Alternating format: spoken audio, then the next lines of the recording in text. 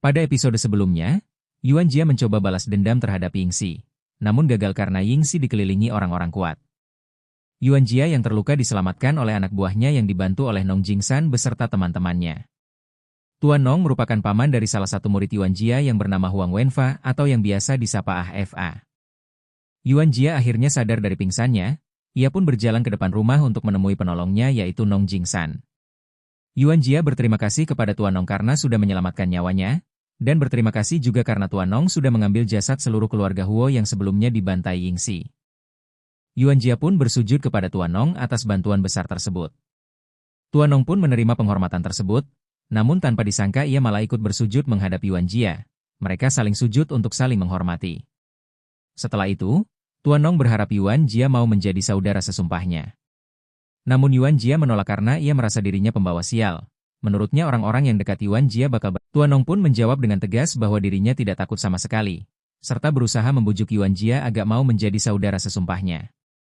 Yuan Jia pun akhirnya setuju dengan permintaan Tuan Nong tersebut. Beberapa waktu berlalu, Yuan Jia dan Tuan Nong bersama-sama ke tempat di mana ayah serta para saudara Yuan Jia dimakamkan. Mereka pun berdiskusi di mana lagi mereka akan tinggal, karena di setiap sudut kota, poster yang menampilkan Yuan Jia dipasang, ia dianggap sebagai buronan pemerintahan. Mereka pun sepakat bahwa Yuan Jia dan ibu serta keluarga yang lain akan tinggal di gunung untuk sementara waktu. Keesokan harinya, Nong Jingsan mengantar Huo Yuan Jia beserta keluarga ke daerah pegunungan yang mana akan menjadi tempat tinggalnya sementara. Yuan Jia dan Tuan Nong pun berpisah. Sebelum memasuki rumah yang akan ditempatinya, Yuan Jia pun menyuruh salah satu muridnya untuk memanggilkan istrinya.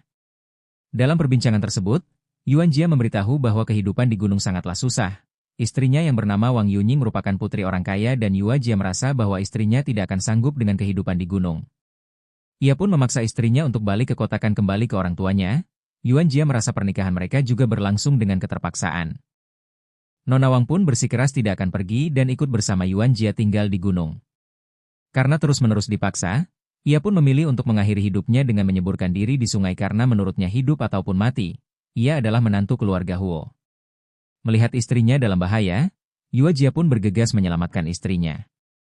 Nona Wang pun berhasil diselamatkan.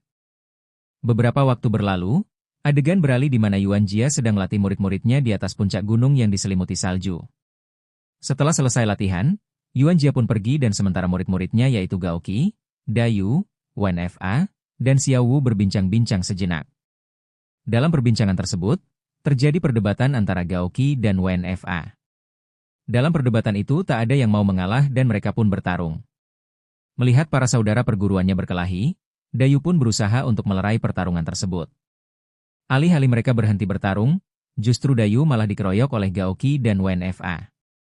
Yuan Jia yang baru kembali pun melihat adegan tersebut.